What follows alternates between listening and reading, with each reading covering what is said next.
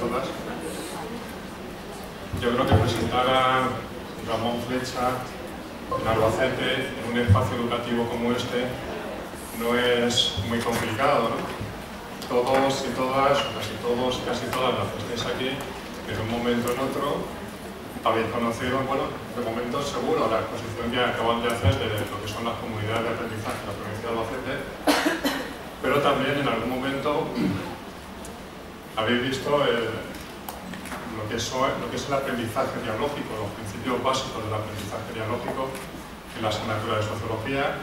Muchos y muchas de vosotros y de vosotras habéis conocido un texto, habéis leído un texto que habéis utilizado como base para un seminario que es Aprendiendo Contigo. Uno de cuyos autores es Ramón y también podríamos decir uno de los personajes que aparecen de manera más o menos camuflada en el texto, ¿no? Seguramente recordaréis, muchos y muchas de vosotros y de vosotras, un vídeo de Rafael Layón, Gillo, que intervenía en el Parlamento Europeo y que hablaba de un tal Ramón Fletcher, que en realidad era Ramón Fletcher, decía Ramón Fletcher, Javier Fenollera decía, es Ramón Fletcher. En definitiva, hay muchas fuentes por las que vosotros y vosotras tenéis conocimiento de lo que es el aprendizaje dialógico, de lo que representa el proyecto de comunidad de aprendizaje. Y en esta ocasión tenemos el privilegio de tener la posibilidad de conocer personalmente a la persona que ha ideado ese proyecto, que ha elaborado esa conceptualización ideológica. Y conocerle no es tanto hacer referencia a lo que podría ser su currículum académicamente emeritísimo. Es decir, hacer referencia a una persona que es catedrático de Sociología de la Universidad de Barcelona, una de las universidades más prestigiosas del país, incluso del mundo. Hacer referencia a sus publicaciones en las revistas más prestigiosas también del planeta. No es tanto eso. Conocerle, tener la posibilidad de escucharle, de hacer algunas preguntas, algunas observaciones, es darle un perfil a un proyecto que viene siendo muy eficiente, muy beneficioso, tanto en términos educativos como en términos sociales. Ya habéis visto cuál es el título de la conferencia. Se trata de entender cómo el aprendizaje dialógico, el proyecto de comunidad de aprendizaje, se sustenta en evidencias que avalan unas actuaciones educativas de éxito. A Ramón le gusta comentar alguna vez que si tenemos un hijo enfermo o si vamos a un centro sanitario, a un hospital, lo que estamos esperando es que apliquen con nosotros actuaciones sanitarias, en este caso, que la comunidad científica internacional ha entendido que son exitosas y que de alguna manera debería pasar algo parecido en educación. Comunidad del aprendizaje, el aprendizaje dialógico, tiene un fuerte sustento teórico, pero también tiene un fuerte sustento empírico de evidencias que muestran cómo el éxito con esas prácticas educativas posibilitan el generar unos beneficios educativos y sociales de primera magnitud. Y es eso lo que vamos a conocer ahora de boca del propio Ramón Flecha. Son muchas veces las que Ramón Flecha ha escuchado de palabras de un albaceteño, de boca de un albaceteño, dos palabras: muchas gracias. Una vez más, de boca de este albaceteño, yo quiero decirle a Ramón, muchas gracias por estar en Albacete, ahora en este edificio, en la Facultad de Educación, compartiendo este rato con nosotros, pero también muchas gracias por estar tan cerca de Albacete y por haber aportado algo que ha representado tanto en términos educativos y en términos sociales para nuestra ciudad y para nuestra comunidad. Muchas gracias.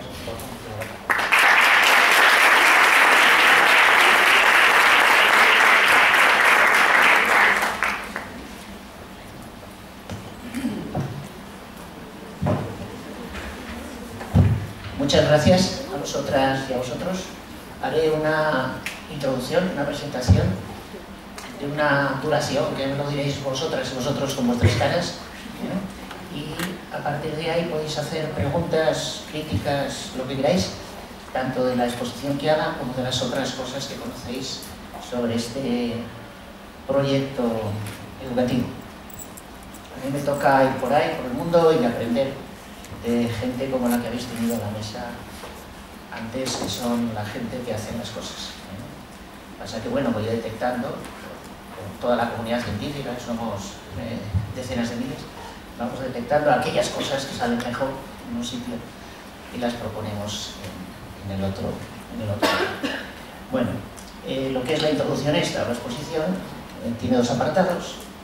La parte más teórica, el concepto de actuaciones educativas de éxito, basado en las evidencias científicas internacionales, y luego voy a tocar un poquito las prácticas de éxito que os han explicado, las actuaciones de éxito.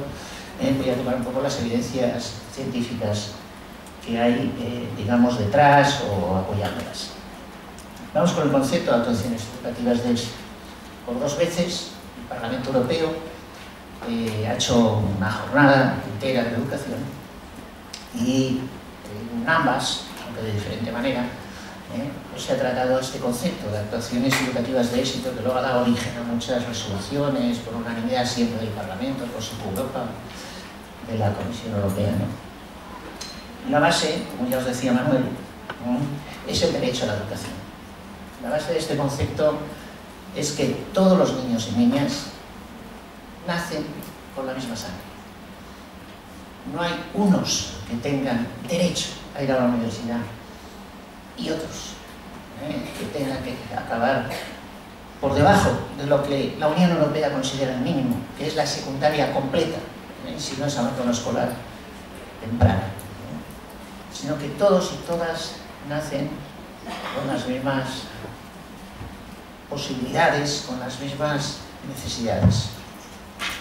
Entonces es nuestro deber, de que nos dedicamos a la educación, pensar y hacer aquellas maneras de actuar que puedan dar los mejores resultados para todas las niñas y niños, sin dejar a nadie atrás.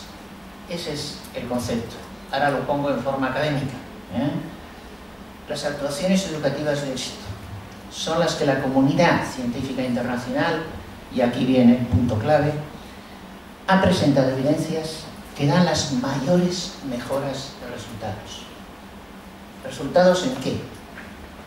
Porque igual que cuando Galileo y Copérnico, ahora hay en algunos países muchas resistencias a que la gente conozca las evidencias científicas. Y una de las resistencias es: ¿y qué resultados? ¿Solo los que se miden? Todos los que se miden, los que todavía no se miden, que los podemos agrupar en 3 subconjuntos. Primero, aprendizajes instrumentales, en todas las materias, música o matemáticas. Luego, valores. Y tercero, emociones. Y otra cosa mucho más importante que las emociones, que ha sido olvidada en la educación española, que son los sentimientos. Pues las actuaciones de éxito, como las que os han explicado antes, son las que con la misma actuación dan los mejores resultados en estas 3 dimensiones del aprendizaje. No son unas actuaciones de éxito para valores, otras para matemáticas, otras para música, otras para sentimientos, sino que dentro, como luego os explicaré, dentro de cada actuación de éxito están estas dimensiones. Pero medidas de qué manera, que si miden mal, que si de cualquier manera. Cuando tenemos un hijo o una hija, no queremos que saquen mejores puntuaciones en aquellas formas de evaluación con las que estamos de acuerdo. Queremos que saquen mejores puntuaciones en todas las formas de evaluación. Si no nos gusta la selectividad o no nos gusta el proceso de selección personal de una empresa, no decimos: como no me gusta, me da igual que mi hija lo pase o no. Queremos que lo pase. Si realmente creemos en el derecho a la educación, queremos que tengan los mejores resultados de cualquier forma que les evalúe la sociedad. Y ese es el objetivo del concepto de actuaciones educativas de éxito. ¿Y qué es la comunidad científica internacional? Pues la gente que está pagada por vuestros impuestos y por todos y todas, para que evalúe esas prácticas de éxito, sea en el campo de salud, como decía antes Manuel, o sea en el campo de educación, y para que lo que ha evaluado lo ponga a la vista de todo el mundo, para que si han tenido un error, todos los especialistas del mundo lo vean y puedan corregirlo rápidamente. ¿Por qué os pongo las revistas educativas de Harvard y Cambridge? Porque todo el mundo sabemos que Harvard es la primera universidad del mundo y también sabemos que Cambridge es la primera universidad europea, también una de las primeras del mundo. Tienen unas revistas de educación. Si se publica algo ahí, los especialistas, las especialistas del mundo lo ven. Y si hay un error, se detecta con rapidez. Si yo publico eso en mi revista que ven mis amigos y yo, pues no lo ven todos los especialistas del mundo y es difícil que se corrija ese error. Esas actuaciones de éxito dan los mejores resultados, no dan buenos resultados, sino los mejores. Porque si hay otra forma de organización del aula en el mundo que dé mejores resultados que grupos interactivos, y en algún momento saldrá una, hay que quitar grupos interactivos de la lista de actuaciones de éxito y sustituirla por la nueva, no porque sea nueva, sino porque dará mejores resultados que la anterior. Eso provoca lo que hace 4 o 5 días en la portada del periódico de Barcelona, de Cataluña, calificaban de milagro escolar en Hospitalet. La escuela pública Joaquín Riura, donde el 95% de alumnos tienen beca de comedor, logra resultados de privada de élite. El nivel del centro cuestiona las teorías de PISA sobre el determinismo educativo. Y luego dedicaba 3 páginas enteras a explicar cómo lo hacen, que es como os han explicado aquí. El nivel educativo, los resultados no dependen del nivel socioeconómico, no dependen de la titulación del padre o de la madre. Es más, pensar que depende de eso provoca la profecía que fatalmente se cumple. Si el profesorado del Joaquín Riura o el de las escuelas que os han hablado aquí antes hubiera pensado que los resultados de los niños y niñas del Joaquín Riura dependen del nivel socioeconómico, pues hubieran pensado que iban a fracasar y seguirían fracasando. Como saben que no, porque tienen evidencias científicas y saben que dependen de las actuaciones que hagamos con ese alumnado y sus familias, hicieron las actuaciones de éxito y han logrado estos resultados. En otra escuela, también primaria, en solo un año se pasó de los peores resultados de Cataluña a superar la media, según las pruebas de diagnóstico de la Generalitat. Está muy bien lo que puso el periódico, pero no es un milagro. Es simplemente lo que se puede lograr en todos los centros que apliquen correctamente esas actuaciones educativas de éxito, y el gobierno andaluz ya ha sacado un informe, no de una escuela a otra, sino de lo que se logra en el conjunto de escuelas. En la revista educativa de Cambridge se han publicado varios artículos sobre este tema y uno de ellos es el que ganó el premio al mejor artículo del 2013 y además en toda la historia de esa revista educativa de Cambridge es el más leído. Se sigue leyendo muchísimo, desde luego más que cualquier artículo del País o del ABC o de La Vanguardia, mucho más, digamos, que los propios periódicos generalistas. Pues ese artículo que ha impactado tanto científicamente en el mundo es lo que han hecho a pocos metros de aquí en el Colegio La Paz. O sea, lo que explica es lo que se ha hecho en el Colegio La Paz. Tenéis muy cerca, tenéis mucha suerte, tenéis muy cerca las actuaciones de éxito que más publicaciones científicas en el mundo está dando en estos momentos. No hay ningún otro proyecto educativo en el mundo en el que se esté publicando tanto científicamente. Y eso es muy, muy importante desde mi punto de vista, que lo tengáis tan cerca para la educación. Y además, ahora va muy rápido todo.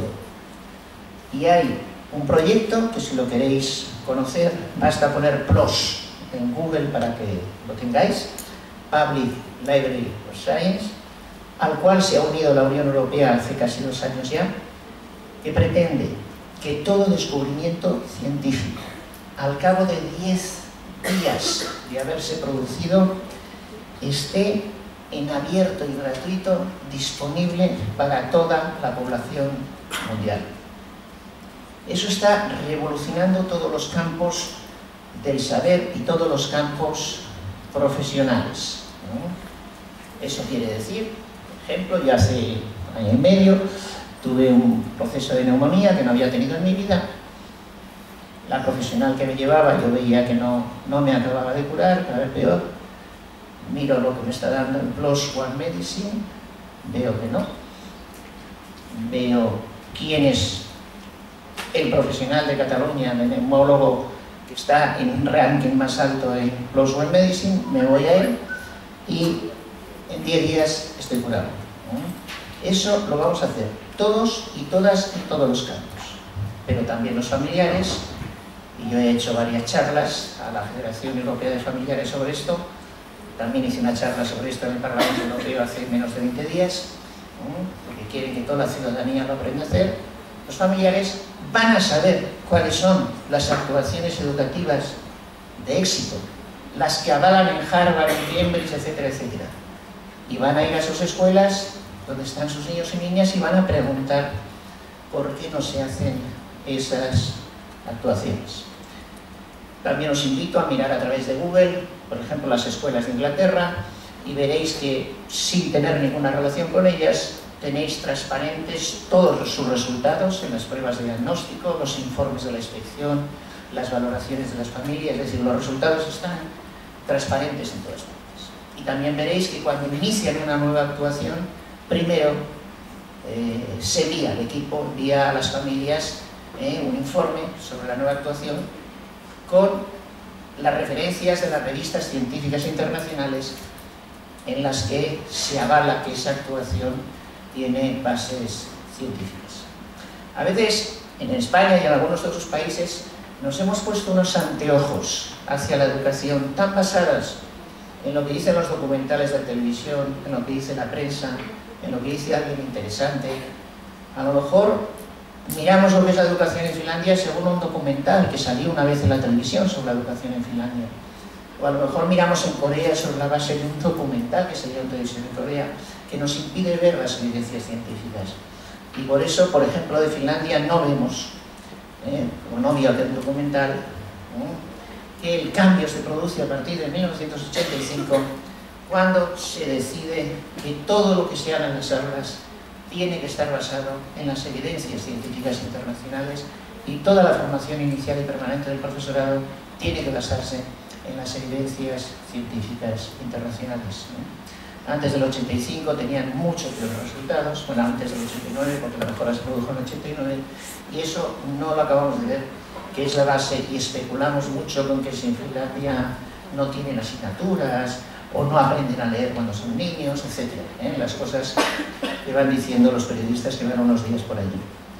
Bueno, pues en la Unión Europea se está haciendo un esfuerzo enorme. En época de recortes, el programa de investigación científica que estáis pagando de los impuestos se ha elevado en sus recursos muchísimo para lograr este objetivo. Y eso es muy buena noticia para la sociedad y es muy buena noticia para la educación. Por ejemplo, habréis visto mucho cómo, y se ha hecho referencia en la mesa anterior, cómo en España todavía se considera que la diversidad cultural en un centro es un problema para el centro. Cómo la gente entiende que un centro de excelencia es un centro donde hay homogeneidad cultural, donde todos son más o menos de la misma clase social, del mismo color. Pues a través de las evidencias científicas descubriremos que es justo al revés, que todos los centros de excelencia del mundo en estos momentos son multiculturales. Por ejemplo, también os invito a que entréis a través de Google en la facultad, en la School of Education de Harvard, o en cualquier otra school, y que veáis cómo hay una oficina que tiene un único objetivo, y es lograr que en todas las aulas de Harvard, en este caso de la School of Education, haya la mayor diversidad posible, el mayor número de culturas, de lenguas, de religiones, de opciones sexuales, de ideologías, de clases sociales. Cuanto más diferente, mejor. ¿Por qué? Porque como allí dicen, todas las empresas del futuro, todos los grupos humanos del futuro van a ser diversos. En cualquier empresa va a haber trabajadoras y trabajadores de diferentes culturas, diferentes religiones, diferentes lenguas, diferentes opciones sexuales, diferentes tipos de familia. Y dicen, solo podemos educar profesionales excelentes, que sepan vivir y trabajar en esos grupos culturales. Y no solo eso, sino que les sepan dirigir si se educan desde el kindergarten, desde el parvulario, donde en el aula tienen la misma diversidad que van a tener en el futuro. Y por eso, hace ya más de 25 años, empezaron a matricular a pandilleros, de esos que habían echado de los institutos sin acabar el bachillerato.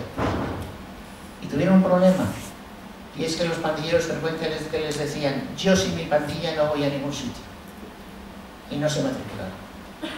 Entonces una chica, una estudiante, hizo una tesis de máster, su máster de educación, y propuso este sistema, el sistema POSI, basta que pongáis POSS en Google y lo tenéis, por el cual, cuando un pandillero les dice: sin mi pandilla no voy a ningún sitio, matriculan a toda la pandilla, ¿no? Y eso se ha extendido por todos los centros universitarios de excelencia de Norteamérica.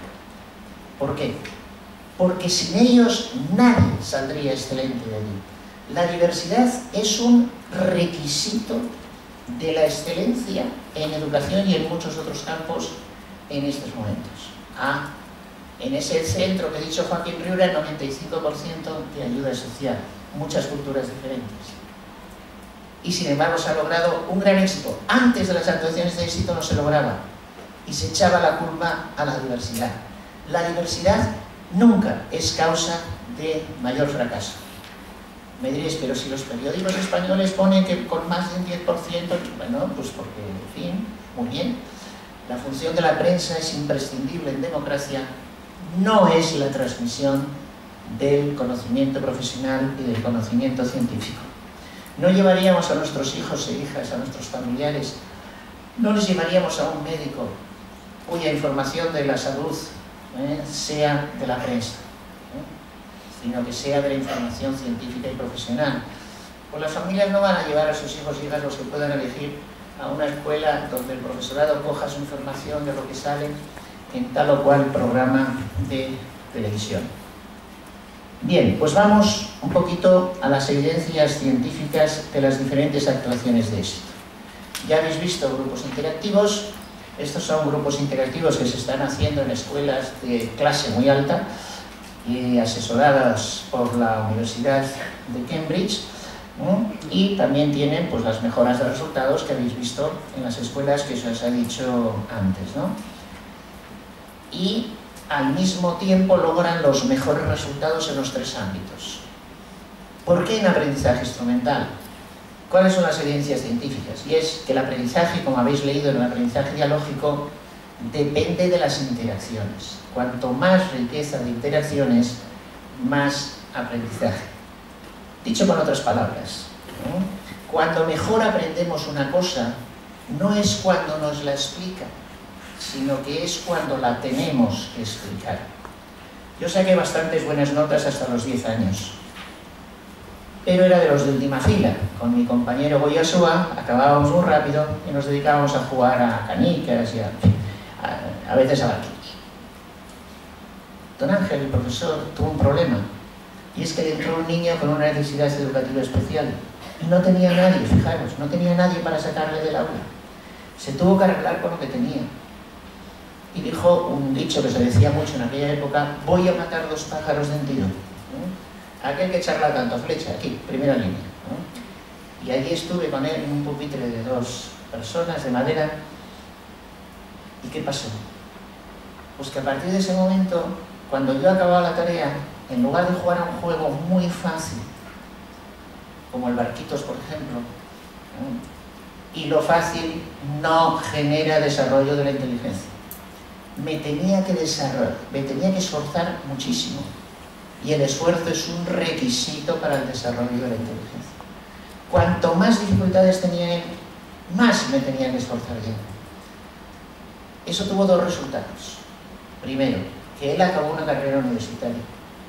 Segundo, que yo he hecho conferencias en Harvard, en Cambridge, en las mejores universidades del mundo. Si don Ángel hubiera tenido a alguien para sacarle fuera del aula a ese niño, ni él hubiera acabado una carrera universitaria, ni yo hubiera hecho conferencias en Harvard. Es absurdo perder el principal recurso que tenemos para el aprendizaje, que es los propios alumnos y alumnas. Y ese es un recurso que no nos lo puede recortar nadie, siempre está ahí. Indudablemente necesitamos especialistas en las necesidades, por ejemplo, que tenía ese niño.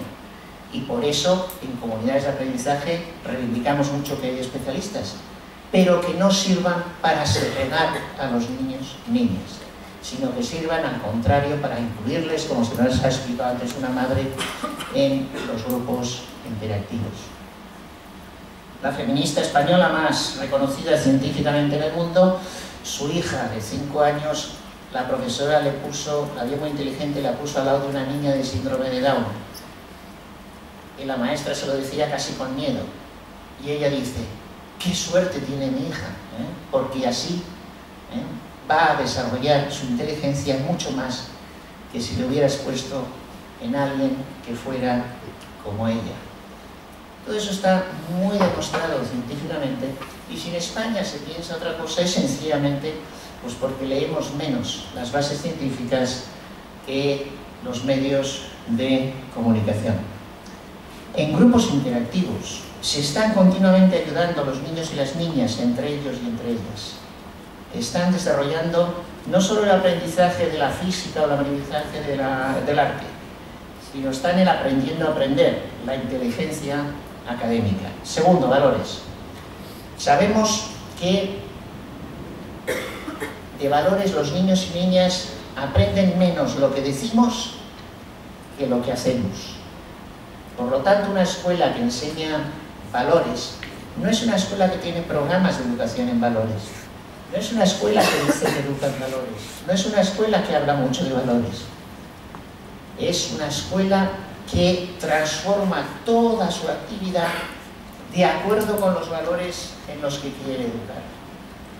En grupos interactivos, los niños y niñas diferentes, porque son heterogéneos, se están ayudando unos a otros, unas a otras, en todas las materias en que hacen grupos interactivos. Sin necesidad de hablar de valores, están aprendiendo valores, están desarrollando valores.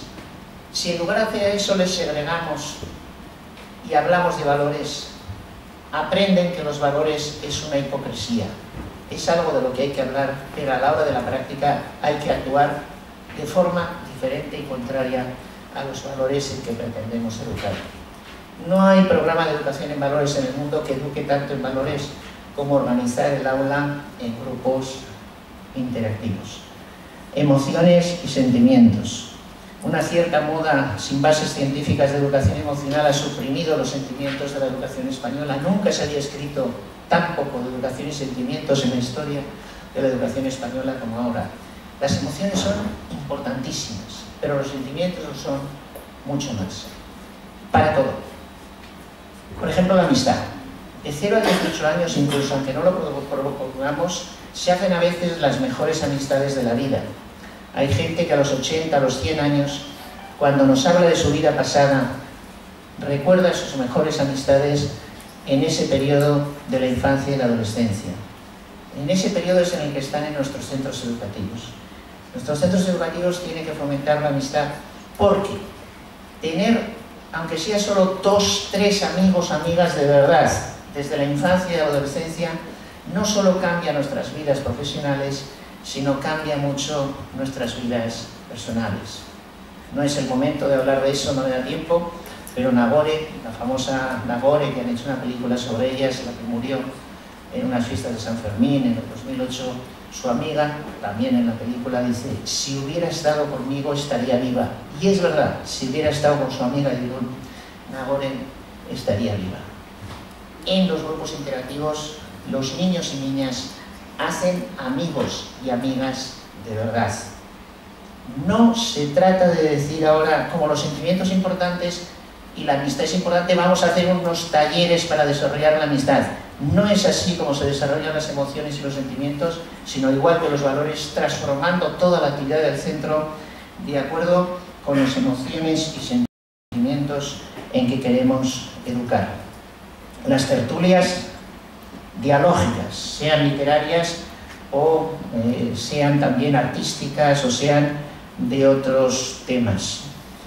Han hecho antes muy bien referencia a estos estudios de neurociencia que están fotografiando el cerebro en lo diferente que es leer Shakespeare que leer Harry Potter, por ejemplo.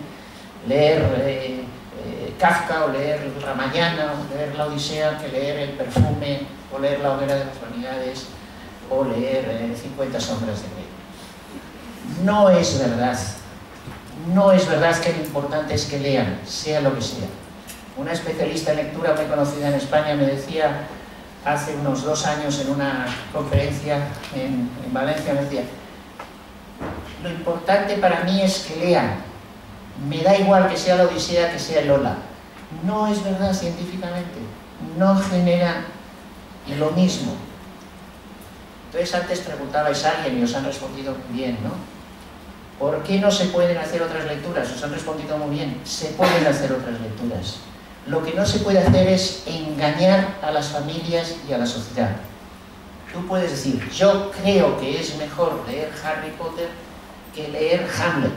Puedes decirlo, si tienes esa opinión. Lo que no puedes decir es que leer Harry Potter es una tertulia literaria dialógica. Porque entonces lo que las evidencias científicas han demostrado y publicado que provocan las tertulias literarias dialógicas, no lo estás desarrollando tú, Harry Potter, y es una estafa a la población. Tú puedes decir, no quiero tomar penicilina, quiero tomar té verde, perfectamente.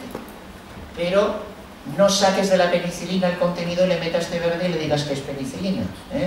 Eso es gravísimo. Y en educación en España se hace muchísimo. Y encima los que lo hacen van de abiertos, van de no sé qué, son estafadores.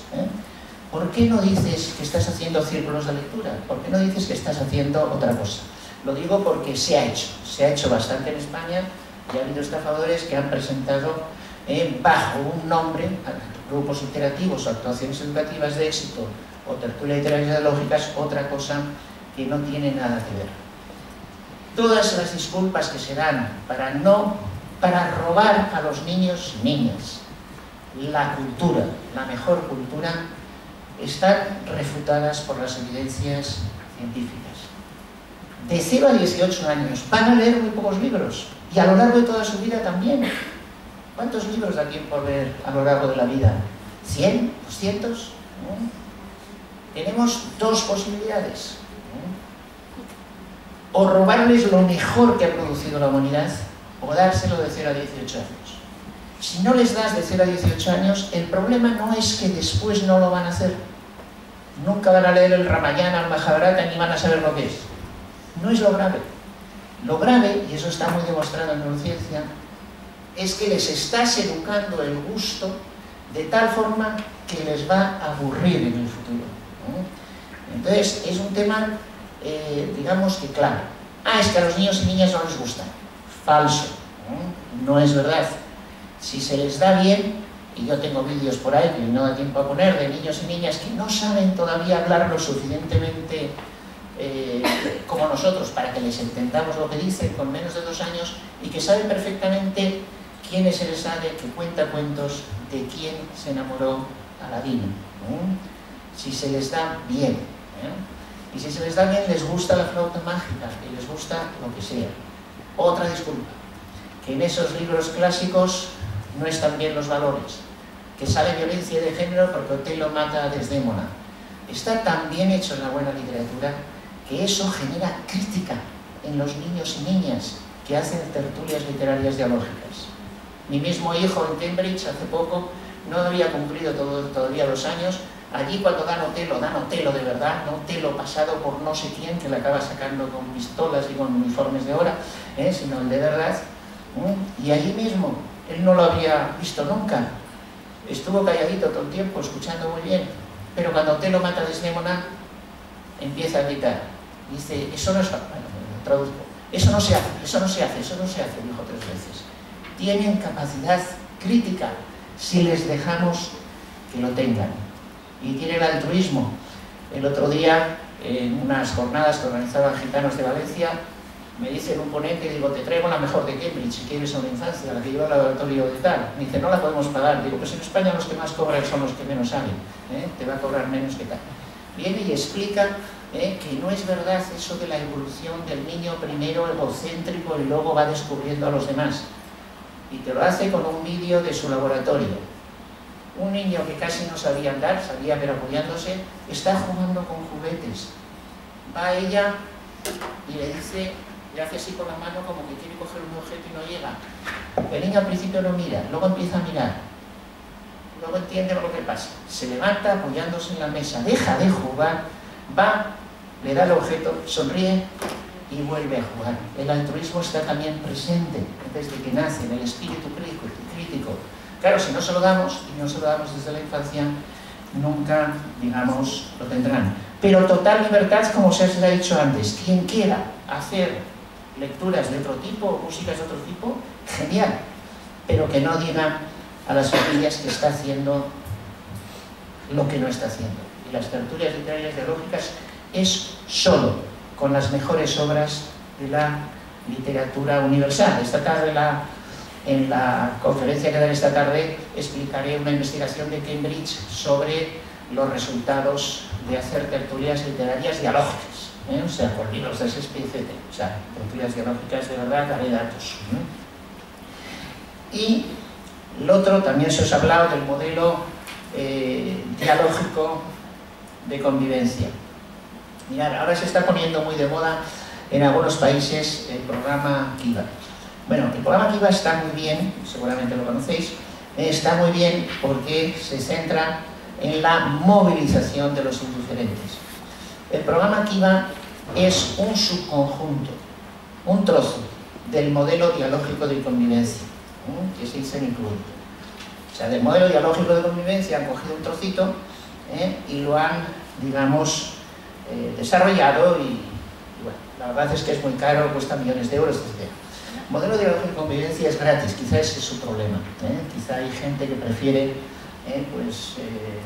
lo que está bien, porque está bien, pagando mucho y no quiere lo mejor o excelente, digamos, porque es gratis. El modelo dialógico de convivencia, que os he explicado antes, es el que está en las directrices científicas internacionales y el que da los mejores resultados.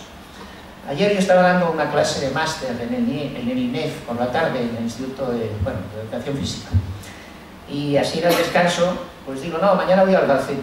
Y una de mis alumnas es jugadora de primera división del Español y me dice, ¿cómo? Yo estaba allí.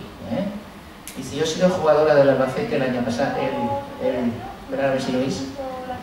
Lo que explica es del Seis Papá. No sé, ¿no? Bueno, es igual, lo digo yo. Entonces, como fue jugadora del Albacete, colaboró en una escuela y fue por bastantes escuelas de Albacete. Lo que explica ahí, dije, esto lo grabo y se lo pongo mañana. Lo que dice es que, claro, cuando le dijeron que tenían que ir al CEI La Paz, pues todos los comentarios, ella es de Santander, claro, vino aquí, no conocía, decía, madre mía, ¿dónde tengo que ir? Entonces fue allí, dice que la directora la recibió, lo tranquilizó y tal, y ahí explica cómo es, de todas las escuelas que fue, donde los niños y niñas se escucharon más y se portaron, digamos, mejor. Eso, quiero decir, que no la conozco más que de alumna de ahí, no de tal, y improvisé un poco la razón. Porque el criterio internacional no es solo movilizar a los que no se movilizan normalmente, es movilizar a todo el mundo. Es el bystander intervention, que algunos traducimos muy libremente en castellano por el fuente ovejuna todos a uno. Ya veis que no es la traducción, pero el sentido es el mismo. Tiene que movilizarse todo el mundo. Y en ese sentido, pues la verdad es que en España también estamos muy atrasados en la solidaridad activa. entre el propio profesorado. Ramón y Cajal, sabéis que es el premio Nobel, bueno, tenemos 2 premios Nobel de ciencia en España, uno trabajó mucho en Estados Unidos, Ramón y Cajal lo hizo desde aquí, y es el creador de la neurociencia. Todos los premios Nobel de neurociencia, ahora Campbell, antes de morir Rita Levy, le reconocen como el padre de la neurociencia. Y él decía, no tienes enemigos, es que jamás dijiste la verdad o jamás amaste la justicia. Claro, el proyecto Comunidades de Aprendizaje tiene muchos enemigos. ¿Por qué? Porque logra el derecho a la educación. Y entonces muchos negocios de proyectos educativos y protagonismos que no logran resultados educativos se dedican a atacarlo muy fuerte. Suerte que la solidaridad internacional es impresionante, la de Harvard, la de Cambridge. No es tanto la solidaridad aquí. No hacemos demasiado bystander intervention el propio profesorado.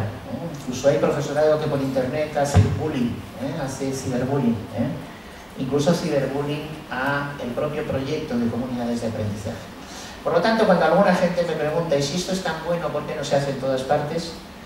Porque se necesita mucha solidaridad activa a la cual estamos muy poco acostumbrados en España. Estamos muy acostumbrados y acostumbradas a hablar de ello, a decir lo que hay que hacer y luego no lo hacemos en nuestra práctica. Si queréis modelo dialógico de convivencia, primero, hacerlo entre vosotros y vosotras. O sea, ser solidarios y solidarias activamente, porque quien mira para otro lado no es solidario, colabora con los problemas, y entonces podremos lograr el derecho a la educación de todos y todas, que es lo mejor que tenemos las y los profesionales de la educación. Es lo que nos hace estar mejor, es lo que te hace ir el lunes con ganas a la escuela cuando ves que los niños y niñas han avanzado, que las familias están contentas. Ese es el sentido un poco de nuestra profesión, y también lo que te hace estar mejor y con mejor salud si trabajas a gusto, porque ves que lo que haces tiene sentido. Muchas gracias.